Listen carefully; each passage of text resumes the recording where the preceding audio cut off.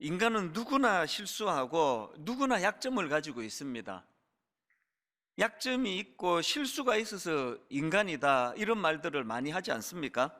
그렇기 때문에 실수하지 않으려고, 넘어지지 않으려고 애쓰고 또 몸부림치는 것도 필요하겠지만, 그러나 사실은 우리가 실수하더라도 또 넘어지더라도 금방금방 다시 회복되고 일어설 수 있는 힘, 이 은혜를 구하는 것이 더 필요하겠다, 그런 생각을 해보게 됩니다. 제가 오늘 본문을 이런 관점으로 좀 풀어나가기를 원하는데요. 이런 관점으로 본문을 보면은 오늘 본문에 등장하는 인물들이 딱 두 그룹으로 나누어지는 것을 볼 수가 있습니다. 한 그룹은 동방에서 온 박사들이고요. 그런가 하면 또 다른 한 그룹은 본문에 나오는 이 헤롯 왕과 또 그 주변에 있던 대제사장과 서기관들, 이렇게 두 그룹으로 나눌 수가 있습니다. 이렇게 본문에 나오는 인물을 두 그룹으로 나눠놓고 보니까 이 두 그룹의 공통점도 있고 차이점도 있는 것을 발견하게 되는데요. 이 두 그룹의 공통점이 뭐냐? 모든 본문에 등장하는 인물들 모두가 다 실수하고 잘못을 범하고 있다, 이게 공통점이더라는 것입니다. 자, 먼저 동방에서 온 박사들의 실수와 잘못을 한번 살펴보기 원하는데요. 자, 마태복음 2장 1절입니다. 헤롯 왕 때에 예수께서 유대 베들레헴에서 나심에 동방으로부터 박사들이 예루살렘에 이르러 말하되, 여기 보면 지금 아기 예수님은 베들레헴에서 나셨는데 동방 박사들은 예루살렘으로 갔습니다. 예루살렘으로 가서 유대인의 왕으로 나시니가 어디 계시냐 이렇게 물었다가 헤롯 왕을 자극해서 큰 소동을 일으켰고, 그 결과 많은 아기들이 살해당하는 비극을 맛보게 되지 않습니까? 물론 동방 박사들이 의도적으로 그렇게 한 건 아니지만, 그러나 그들이 저지른 그 실수를 결코 가볍다 이렇게 말하기는 어렵습니다. 이게 동방에서 온 박사들이 저지른 실수와 잘못인데요. 사실 그들은 먼 지역인 동방에서 유대까지 그 하나님이 허락하신 별의 인도를 참 잘 따라온 거 아닙니까? 그렇게 잘 인도함을 받다가 막상 유대 땅에 이르러서는 더 이상 별의 인도를 받지 않고 자기들 생각대로 예루살렘으로 가게 된 것, 이것이 오늘 예수 믿는 우리들에게 참 많은 메시지를 준다고 생각합니다. 왜냐하니까 저나 여러분 오늘 예배하시는 분들 가운데 아주 헤로당처럼 대놓고 하나님을 대적하고 그렇게 아기를 죽이는 것과 같은 이런 악한 짓을 저지르는 분은 없다고 생각을 합니다. 그래도 잘 믿어보려고 애를 쓰고, 그래도 하나님의 인도하심을 받으려고 애쓰는 분들이 이 시간에 함께 모여 예배를 드린다고 하는데요. 그런 분들이 가질 수 있는 그 실수가 뭐라고 생각하십니까? 잘 나가다가, 동방박사들처럼요, 잘 나가다가 끝에 그냥 자기 생각으로 하나님의 인도하심을 받지 않다가 어려움을 겪게 되는 거, 이거 참 많은 분들에게서 볼 수 있는 거 아닙니까? 제가 어느 글에 보니까 그 동방박사들이 왜 이런 실수를 저질렀나를 분석을 하면서요, 아마도 그들 생각에 유대인의 왕으로 오신다 그러는데, 왕이라고 한다면 당연히 왕궁에 있는 예루살렘에서 태어나는 것이 당연하지 않겠나, 이런 상식적인 생각으로 그렇게 하지 않았을까, 그렇게 분석하는 글을 제가 본 적이 있습니다. 글쎄 성경에 나와 있지 않으니까 정확한 이유는 하나님만 아시겠지만, 그러나 우리 모두가 다 늘 경계해야 되는 건 이겁니다. 그동안 늘 하나님의 인도하심을 잘 받아오다가 잘 나가다가 막판에 엉뚱한 길로 가는 이런 우를 범하기 쉬운 게 예수 믿는 우리들의 삶이다, 이걸 인식하는 겁니다. 그래서 저는 오늘 본문에 나오는 이 동방 박사들의 실수를 보다가 구약에 나오는 우시야 왕이 떠올려졌습니다. 이사야 6장 1절입니다.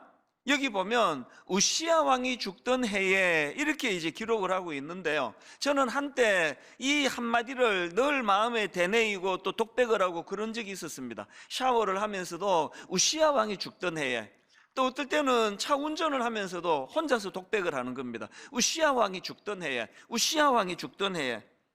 제가 왜 이런 독백을 하게 됐냐 하면은, 이 여기 나오는 우시야 왕은 나라를 잘 다스린 왕이었습니다. 그리고 하나님 보시기에 정직한 왕이라는 평가를 받았던 인물입니다. 그러니까 참 괜찮은 삶을 살았던 거 아닙니까? 그랬던 우시야 왕이었는데 가슴 아프게도 막판에 그만 교만해져 가지고 하나님께 범죄하다가 그렇게 망해버린 인물이 우시야 왕이거든요. 그러니까 제가 왜 샤워하면서 우시야 왕이 죽던 해에, 우시야 왕이 죽던 해에 이런 것들을 제가 되뇌었겠습니까? 제가 저에게 경고를 하는 겁니다. 너도 교만하면 죽을 줄 알아라. 잘 나가다가 끝에 교만해져서 하나님께 범죄하면 이런 비참한 결과가 온다는 것을 제 스스로에게 인식시키고 경고하기 위해서 이런 독백을 계속 제가 드렸던 기억이 있거든요. 오늘 본문에 나오는 동방박사들에게서 그렇게 잘 먼 지역에서부터 하나님의 인도하심을 잘 받다가 끝에 와서 이런 우를 범하고 그것이 결과적으로 그 어린 아기들을 죽게 만드는 그런 비극의 원인을 제공했다고 하는 것, 이게 본문에서 동방박사들이 저지른 잘못과 실수라고 저는 생각합니다. 그런가 하면은 두 번째로 나오는 그룹인 이 대제사장과 서기관들도 마찬가지예요. 그들에게도 치명적인 약점이 노출이 되는 것을 볼 수 있는데요. 자, 그들의 그 약점을 말하기 전에 먼저 그들의 장점부터 살펴보는 게 필요할 것 같습니다. 본문에 나오는 대제사장과 서기관들은 어떤 장점을 갖고 있었나? 대단한 성경 지식을 자랑하고 있었다는 겁니다. 왕이 묻습니다. 4절에서요. 왕이 모든 대제사장과 백성의 서기관들을 모아 그리스도가 어디서 나겠느냐 물으니, 그랬더니 5절에서 바로 답이 나옵니다. 이르되 유대 베들레헴이오니 이는 선지자로 이렇게 기록된 바. 그냥 왕의 질문에 바로 베들레헴이라고 답하는 이것도 대단하지만 그게 자기 생각이 아니라 뚜렷한 성경적인 근거를 가지고 그게 성경에 그렇게 기록되어 있습니다. 이거 대단한 거 아닙니까?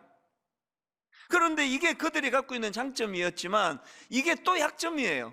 그 약점이 뭐냐? 그들은 이렇게 해박한 성경적인 지식을 갖고 있었지만 그것이 머리로만 작동이 되었지 그 삶을 움직이는 동력이 되지 못했다는 겁니다. 여러분 한번 생각해 보십시오. 지금 동방에서 온 박사들은 이방인들이에요. 이런 성경적인 지식을 잘 모릅니다. 그래서 엉뚱한 곳 헤매고 있는 거 아닙니까? 그렇지만 이런 지식이 하나도 없었던 동방 박사들도 그 먼 지역에서 나신 예수님을 경배하려고 참 그 큰 먼 걸음을 결단하는 이런 결단을 행해 보여주는데, 그렇게 해박한 지식을 갖고 있었던 그런 대제사장과 서기관들이었지만 그들은 움직이지 않는 겁니다.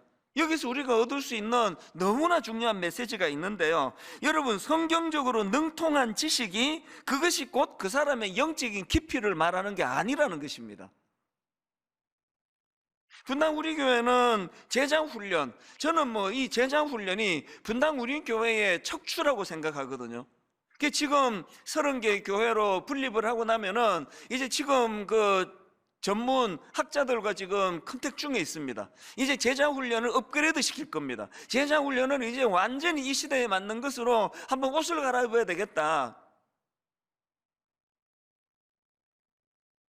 저희가 꿈꾸는 제자훈련은요, 머리를 키우는 훈련이 아닙니다. 하나님의 말씀을 우리가 정확하게 안다면 그것이 삶 속에서 능력으로 역사할 수 있도록 하는 거, 이게 제자훈련의 핵심 아닙니까? 오늘 본문에 나오는 대제사장과 서기관들의 약점을 보면서 이게 오늘 저의 약점이나 우리 성도님의 약점이 되지 않기를 바랍니다.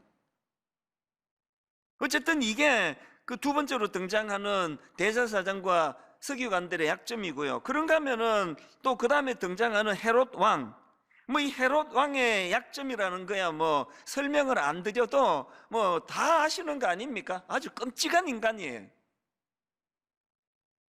이렇게 등장하는 사람들 모두가 다 크고 작은 실수와 약점을 보여주고 있는 것, 이게 제가 발견한 오늘 본문에서의 공통점이고요. 그런가 하면은 차이점이 하나 있습니다. 비록 동방 박사들은 실수하고 또 해서는 안 되는 그런 잘못을 저지른 거 사실이지만, 그러나 동방박사들과 헤롯 왕의 결정적인 차이는 이 동방박사들은 금방 회복이 되더라는 거예요. 금방 원래의 자리로 돌아오더라는 겁니다. 성경에 보면은 결국은 동방박사들은 다시 그 별의 인도함을 받아가지고 목표로 했던 예수 그리스도를 만나고 그분께 경배를 드리고 또 아름다운 선물을 드리는 해피 엔딩, 이게 동방박사들의 모습 아닙니까? 여기에 반해서 헤롯은 이런 회복이 없던 인간이라는 겁니다. 이게 저는 참 중요한 포인트라고 생각합니다. 우리 모두가 다 약해서 실수합니다. 약해서 우리가 또 때로는 잘못을 범합니다. 그러나 오늘 우리 모두가 다 연약해서 넘어졌다 할 때 동방박사들처럼 금방 회복하고 금방 다시 원래로 되돌아오는 이런 복구력이 저와 여러분에게 나타나게 되기를 바랍니다. 제가 이런 기대감을 가지고 본문을 묵상하다가 보니까 그렇게 회복력을 보여주는 동방박사들하고 그렇지 못한 헤롯 왕을 보니까 이 둘 사이에 결정적인 차이점 두 가지가 있더라는 겁니다. 어떤 차이가 이 둘을 이렇게 벌어지게 만들었을까요? 그들의 차이점 첫 번째, 잘못된 것을 교정해주는 가이드가 있느냐 없느냐, 이 차이가 이 둘을 결정적으로 갈라놓았다는 것입니다. 여러분, 1절에서 잠시 혼란에 빠진 동방박사들이었지만 그들이 이제 9절에서 어떤 변화가 있습니까? 회복이 있는 겁니다. 박사들이 왕의 말을 듣고 갈새 동방에서 보던 그 별이 문득 앞서 인도하여 가다가 악이 있는 곳 위에 머물러 서 있는지라. 이처럼 잠시 혼란에 빠지기도 하지만 그러나 금방 그 혼란을 교정해주는 그들에게는 가이드가 있을 때, 가이드. 이게 얼마나 중요한지 모릅니다. 가정에서 자녀들이 잠깐 방황하기도 하고 잠깐 엉뚱한 길로 빠지기도 하고 잠깐 사춘기를 심하게 앓는다 할지라도 그들에게 좋은 부모님이 자리하고 있다면 그것이 가이드가 되어서 다시 원리로 되돌리게 하는 힘이 되는 거 아닙니까? 신앙의 원리도 마찬가지입니다. 여기 나오는 별에 대해 가지고 여러 해석들이 있지만 저는 이 별이 우리가 그냥 눈으로 볼 수 있는 하늘에 떠 있는 그런 일반적인 별은 아니라고 생각을 합니다. 그건 12절 말씀도 마찬가지 아닙니까? 그들은 꿈에 헤롯에게로 돌아가지 말라 지시하심을 받아 다른 길로 고국에 돌아가니라. 여기 나오는 이 꿈이 그냥 우리가 매번 어제도 꾸고 그저께도 꾼 일반적인 꿈은 아니라고 생각합니다. 하나님께서 그들을 인도하기 위하여 특별하게 은혜를 주신 그런 어떤 장치라고 저는 생각하거든요. 바로 이런 하나님의 인도하심, 이 잘못된 것을 교정해주는 하나님의 가이드가 있는 인생은 언제든지 실수하지만 언제든지 옆길로 새지만 바로바로 복귀가 된다는 겁니다. 그래서 제가 오늘 새벽에 이 말씀을 쭉 정리하다가 찬양 하나가 제 마음에 참 뜨거움으로 왔습니다. 여러분, 이 찬양 기억하십니까? 주여 우린 연약합니다, 이렇게 시작하는 찬양 여러 번 불렀는데요, 가사가 참 처절하지 않습니까?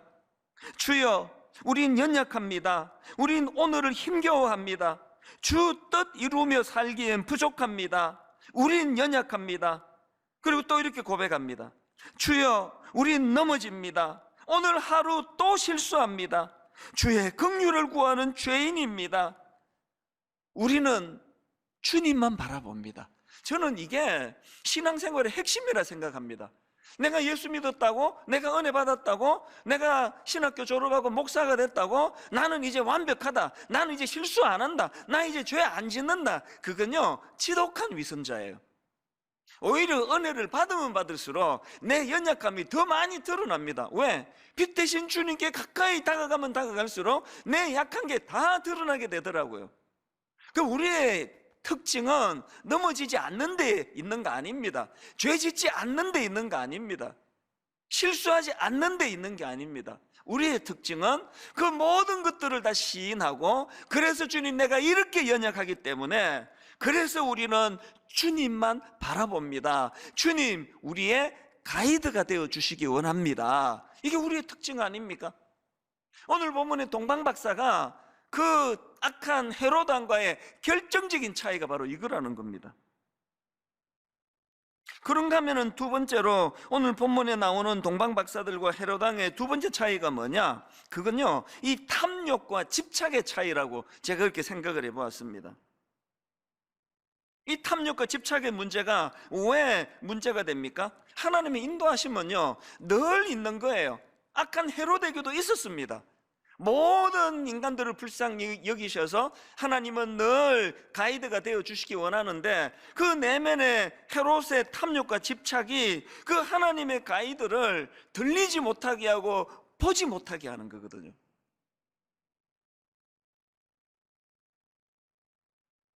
아니, 그 동방 박사들이 유대인의 왕으로 나신 이가 어디 있느냐, 이 질문에 대하여 헤롯은 왜 그렇게 소동합니까? 헤롯은 왜 그 한마디에 그토록 두려움을 가지게 되는 겁니까? 그 내면에 있는 이 탐욕 때문에, 그 탐욕이 가져다주는 집착 때문 아닙니까? 제가 목회하면서 제 자신을 종종 관찰을 하는데요, 하여튼 뭔가 집착하게 되면은 그게 경직을 가져다 주더라고요. 새벽마다 제가 하나님께 구하는 은혜는, 하나님 은혜가 내게 임할 때 이 경직이 사라집니다. 집착이 사라지게 됩니다. 그걸 제가 참 많이 느끼거든요. 지금 이 헤롯 왕은 그 왕위라고 하는 내면에 도사리고 있는 그 집권욕 때문에 너무너무 지금 집착하고 경직되는 겁니다. 아마도 헤롯 왕 머릿속에는 온 세상 사람들이 딱 두 종류밖에 없었을 겁니다. 자기 직권을 도와주고 그 왕위를 인정해주는 그룹, 또 그것을 방해하고 반대하는 그룹, 딱 둘밖에 없을 겁니다. 그러니까 온 세상 사람들이 지금 기다리는 그 메시아가 이 땅에 오셨다는 그 놀라운 소식을 듣고 소동하고 경직이 되고, 그게 막 애기들을 죽이고 이런 악한 결과로 치닫는 게 다 이런 문제 아니겠습니까? 저는 이 말씀을 묵상하면서 하나님 1만 수도 파송 운동을 추진하는 과정에 있는데, 하나님 제가 추구하는 이 1만 수도 파송 운동이 이전에 나오는 동방 박사들처럼 그저 이것이 오직 여호와만을 섬기고 오직 여호와께 영광이 되는 이 목표 말고는, 이 목적 말고는 아무런 목적이 없기를 원합니다. 그 마음의 기도가 나오는 거 아닙니까? 왜? 하나님께 영광이라고 하는 이 목적, 이 목표 말고 다른 게 생기면, 탐욕이 들어오면은 제가 경직이 되는 거고, 경직이 되면 반드시 하나님 뜻을 구현하기가 어렵기 때문에 그렇습니다. 최근에 모 가수가 이제 그 박사학위 표절 문제로 어려움을 겪고 있는 기사를 제가 봤는데요, 전 다른 데 관심이 있는 건 아니고요, 그 과정에서 이제 기사를 보다가 보니까 그 가수가 후회하면서 한마디 던진 그 내용이, 이게 저에게도 참 유익하겠다 해서 그걸 옮겨 적어 놓았습니다. 무슨 후회를 하는가 하니까 이렇게 말하더라고요. 지금 생각하니 제게 어울리지 않는 옷이었습니다. 과한 욕심을 부린 것 같습니다. 무슨 뜻인지 아시겠죠? 아니, 가수가 노래 잘 부르고 사람들이 박수치고 인기 얻고 하면 되는데 이 박사학위가 무슨 소용이 있냐고요. 그 얘기를 하는 것 같아요. 지금 생각하니 제게 어울리지 않는 옷이었습니다. 제가 이 기사를 보면서, 하나님, 저도 늘 욕심이 있고 저도 늘 잘못된 길로 갈 수 있고 저도 동방 박사가 가지고 있던 실수를 범할 수 있다고 한다면, 하나님 가이드가 되어주시는 주님께서 이 사건 터지고 사람들에게 부끄러움에 빠지고 수치에 빠져서 회한과 후회로 하는 독백이 아니라 새벽에 주시는 은혜로 이런 것들이 교정되어 가기를 원합니다. 여러분, 저나 여러분 모두가요, 사실 지금 갖고 있는 그 생각 속에 탐욕이 얼마나 많은지 고백해야 합니다. 돌아보면은 어울리지 않는 옷처럼 하나도 필요 없는 것, 이런 것에 집착하는 것들이 얼마나 많았냐고요. 그게 우리 눈을 가리워서 하나님의 가이드를 받지 못한다는 사실을 인식하고 늘 이걸 떨쳐나가야 됩니다. 요즘 제 머릿속에 자리 잡고 있는 문장 하나가 있는데요, 전에 한번 설교 시간에 언급한 것 같습니다. 어느 수도원을 방문한 여행객에게 그 수도승이 이제 안내를 하면서, 이제 우리 수도원은 이런 곳입니다 쭉 설명을 하고 그 과정에서 나온 한마디라고 합니다. 요 근래에도 제가 이것을 다시 옮겨 적고 참 이것을 묵상하는 시간을 가졌는데 화면으로도 제가 이것을 좀 띄워 부탁을 했습니다. 이런 내용이에요. 수도원을 소개한 후에 그 수도승이 한 말이 이렇습니다. 여행객에게 머무시는 동안, 이 수도원에 머무시는 동안 무엇이든지 필요한 것이 있으면 말씀해 주십시오. 그것 없이 사는 법을 가르쳐 드리겠습니다. 이게 저에게 너무나 매력적인 문장인 겁니다. 여러분, 이 세상은요, 무엇이든지 필요한 것이 있으면 말씀해 주십시오. 저희가 이루어 드리겠습니다. 이런 속임수가 이 세상의 말 아닙니까? 그래서 이 세상은 점점 집착하게 되고 점점 탐욕적이 되고 이것을 이루기 위해서 돈이 필요하고 권력이 필요하다고 떠들어대는 이 세상에 놀아나는 게 오늘 우리 아닙니까? 그런데 여러분, 이 한 문장이 왜 제 마음에 머뭅니까? 머무시는 동안 무엇이든지 필요한 것이 있으면 말씀해 주십시오. 그것 없이 사는 법을 가르쳐 드리겠습니다. 이 탐욕을 부추기는 세상에서 늘 하나님만으로 만족할 수 있는, 자족할 수 있는, 그래서 이런 고백들이 우리 입술에서 터져 나오게 되기를 바랍니다. 그래서 이 탐욕과 집착이 없는 동방박사, 그리고 하나님의 가이드가 늘 함께했던 그 동방박사들의 모습을 본문에서 볼 수 있는데요, 우린 이걸 늘 훈련해야 돼요. 그래서 하나님, 이 탐욕과 집착을 물리치고 늘 하나님의 인도하심, 하나님이 내 가이드가 되어주시는, 때로는 그들에게 별로 보여주시고 때로는 불기둥 구름기둥으로 이스라엘 백성들을 인도해 주시고 때로는 수많은 좋은 사람들을 붙여서 하나님의 가이드 역할을 맡겨주시는 이런 것들을 보면서 아버지, 그런 삶을 살기를 원합니다. 여러분, 성탄절의 기쁨을 어디서 찾는 겁니까? 바로 그 가이드가 되시는 주님이 이 땅에 오셨다는 여기에 의미를 부여하는 거 아닙니까? 그래서 우리는 늘 가이드 되시는 그 주님과 또 그분의 인도하심을 받기 위하여 늘 두 가지 훈련을 해야 돼요. 꼭 이 두 가지 훈련을 마음에 담으시면 좋겠습니다. 첫 번째 훈련이 뭡니까? 감사로 탐욕을 밀어내기 훈련. 제가 이렇게 제목을 잡아봤습니다. 빌립보서 4장 11절 12절에 사도 바울의 고백을 보십시오. 내가 궁핍함으로 말하는 것이 아니니라 어떠한 형편에든지 나는 자족하기를 배웠노니 나는 비천에 처할 줄도 알고 풍부에 처할 줄도 알아 모든 일 곧 배부름과 배고픔과 풍부와 궁핍에도 처할 줄 아는 일체의 비결을 배웠노라. 그 다음 빌립보서 4장 6절 7절입니다. 아무것도 염려하지 말고 다만 모든 일에 기도와 간구로 너희 구할 것을 감사함으로 하나님께 아뢰라. 하나님께 기도와 간구를 아뢰는데 어떻게 해요? 감사함으로 하나님께 아뢰라. 그리하면 모든 지각에 뛰어난 하나님의 평강이 그리스도 예수 안에서 너희 마음과 생각을 지키시리라. 여러분, 이 감사야말로 우리 안에 탐욕을 몰아내는 능력인 것을 믿으시기를 바랍니다. 제가 이번에 이 감사라는 그 책을 이제 발간을 하면서 이 서론의 프롤로그에 무슨 글을 쓸까 생각을 하다가 예전에 너무너무 제 마음이 따뜻한 기억이 하나 떠오르는 겁니다. 요즘은 제가 뭐 간헐적 단식 막 이러면서 이제 아침을 안 먹을 때가 참 많은데요, 예전에는 제 아내가 도시락을 싸줬습니다. 그 도시락 안에 보면은 이제 주로 이제 채소인데요, 뭐 오이, 당근, 뭐 이런 것들을 이제 주로 넣고 또 계란 2알, 어떨 때 또 1알. 아침이 참 조촐했습니다. 그리고는 이제 이 아침 이 채소 도시락을 놓고는 이제 옆방에 커피 기계가 있거든요. 거기서 이제 커피를 한 잔 뽑아 놓고 아침에 제가 이 2가지 주문을 외우듯이 이 2가지로 하루를 시작을 했거든요. 사실 저는 커피를 끊은 지가 거의 한 30년 됐습니다. 제가 20대 때 커피를 끊고는 거의 50대 후반까지 커피를 안 마셨거든요. 그러다가 다시 커피를 마시기로 한 건 뭐 몇 가지 이유가 있는데 그 중에 하나가 바로 이 아침이 이렇게 하는 게 너무 좋았어요. 맹물을 마시면서 하루를 시작하는 건 좀 잘 안 되더라고요.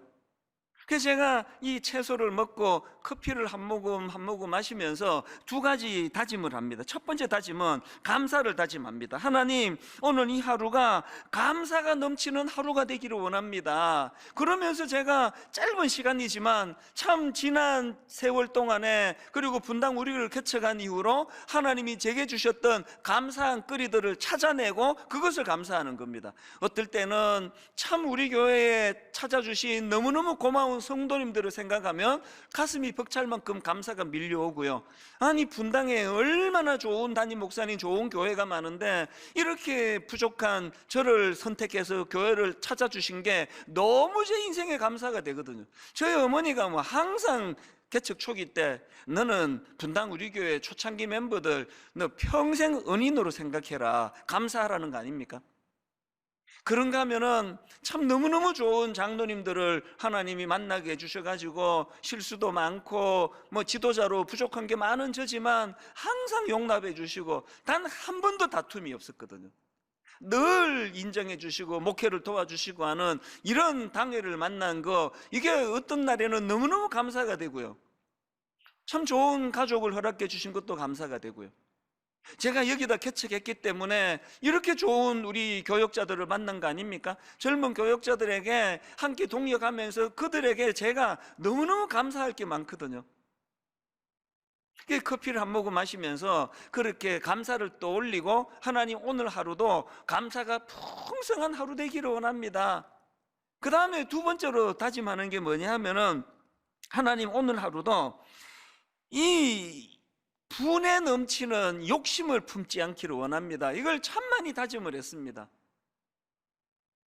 그러면서 종종 이제 커피 한 모금하고 저한테 명령을 이렇게 했습니다.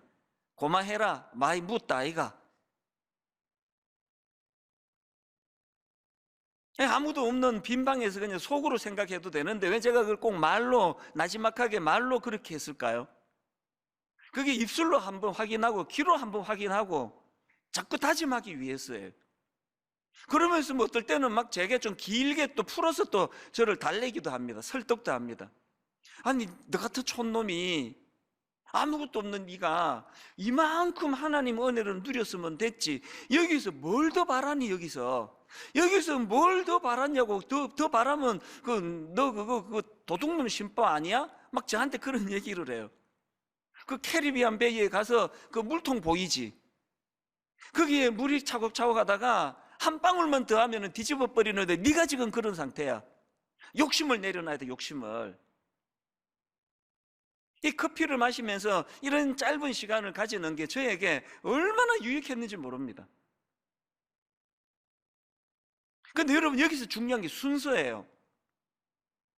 왜 감사를 먼저 떠올리고 내 욕심을 갖지 않게 해달라는 소원이 그 다음 나올까요? 제가 경험해 보니까요, 이미 주신 은혜에 대한 감사가 내게 넘쳐나면, 그것이 풍족하면, 그것이 내게 포만감을 가져다 줘서 욕심은, 탐욕은 저절로 없어지는 겁니다. 여러분, 다시 말씀드립니다. 여러분, 이 감사야말로 내 안에 탐욕을 몰아내는 능력인 줄 믿으시기를 바랍니다. 아침마다 커피 마시면서 한번 해보세요. 얼마나 이 하루가 풍성한지 모릅니다. 지금 이 12월 한 달 동안 감사 회복 운동을 벌이고 있는데요, 153 감사 노트 쓰기 운동, 여러분 꼭 부탁합니다.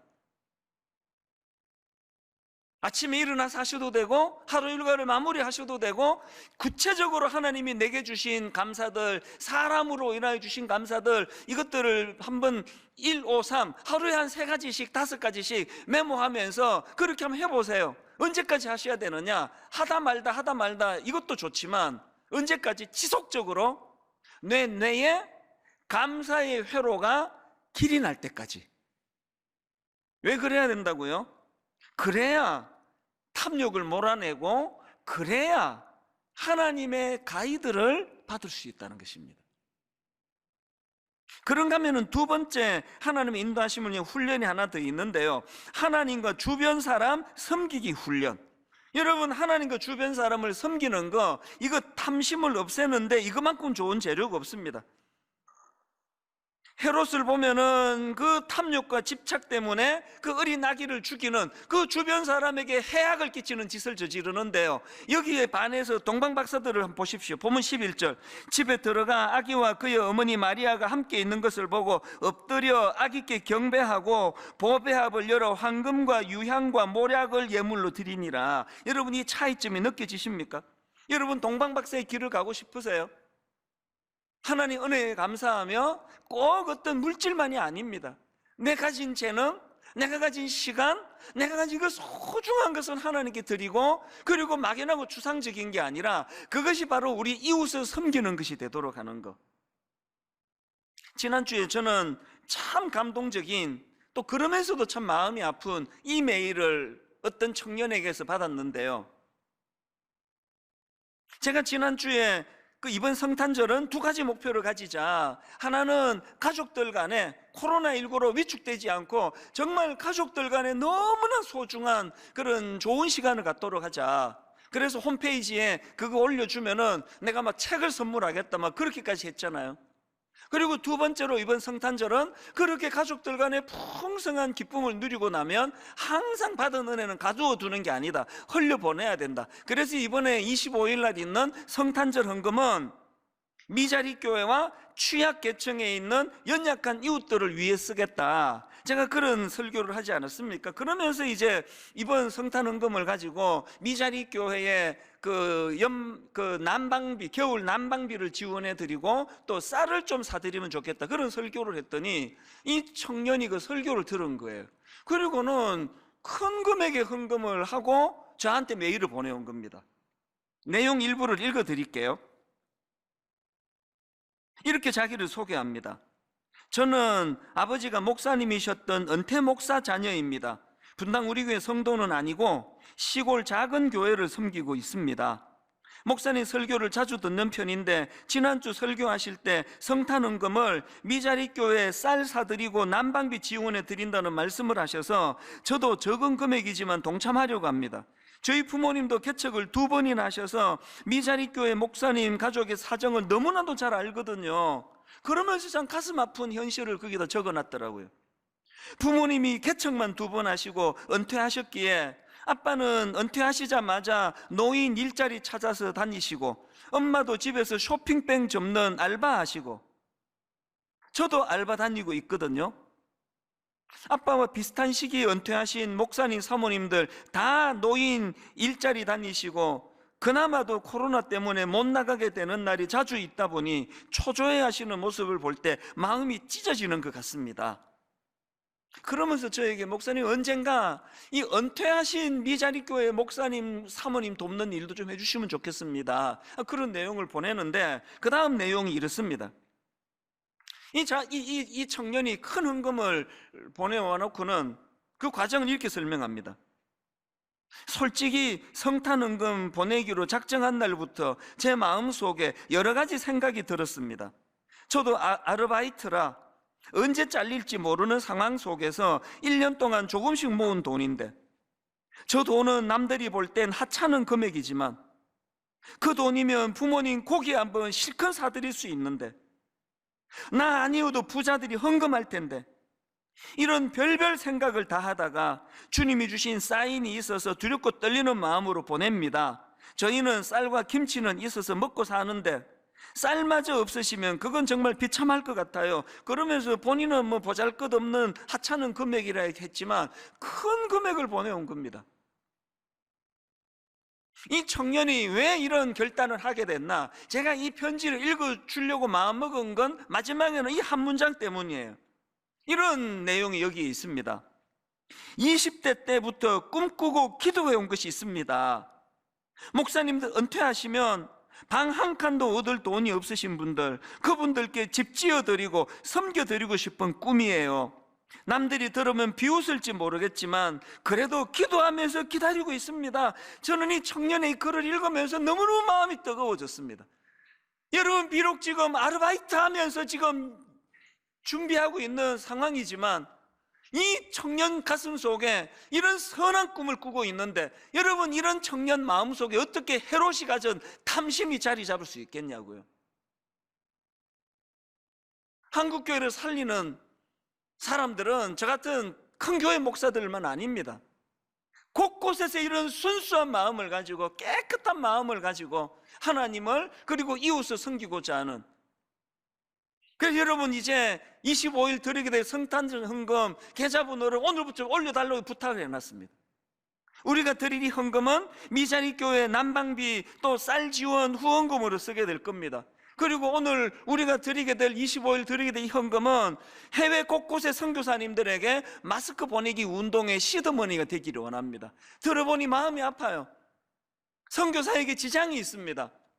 우리가 드린 이 헌금으로 하여금 곳곳에 우리 선교사님들께 마스크를 좀 보내드릴 수 있다면, 그런가 하면은 우리가 드린 헌금으로 저소득 결식 아동들을 지원하고 미혼모를 후원하고 또 우리가 상설로 지금 하고 있는데 이삭죽기 헌금, 그래서 제가 홈페이지에다가 이 계좌번호 둘 다 올려달라 그랬습니다. 이렇게 특별하게 드리는 헌금도 필요하지만 분당 우리 교회 안에 정말 지원이 필요한 우리 성도님들에게 늘 우리가 함께 십시일반하여, 그래서 여러분, 이 청년처럼 참 선한 꿈을 가지고 내 주변의 연약한 이웃들을 섬기고 돌보는 일에 내가 쓰임 받겠다는 이 꿈이 탐욕을 몰아내는 능력이 된다는 겁니다. 말씀을 이렇게 맺기를 원합니다. 이제 여러분 며칠만 있으면 성탄절인데요, 요한계시록 22장 16절, 나 예수는 교회들을 위하여 내 사자를 보내어 이것들을 너희에게 증언하게 하였노라. 나는 다윗의 뿌리요 자손이니 곧 광명한 새벽별이라 하시더라. 여기 나오는 광명한 새벽별이 뭘 의미하겠습니까? 온 우주를 통치하시는 영원한 통치자 대신 그리스도를 강조하는 표현 아닙니까? 동방 박사들에게 별이 그들을 인도했던 것처럼 다른 분이 아닙니다. 영원한 새벽별 되시는 그 주님께서 혼미한 인생을 걸어가는 우리를 인도해 주시는 새벽별이 되신다는 것, 이 사실을 기억하고 우리는 늘 내 마음에 그 헤롯이 가졌던 탐욕, 그 아무것도 아닌 그 기독권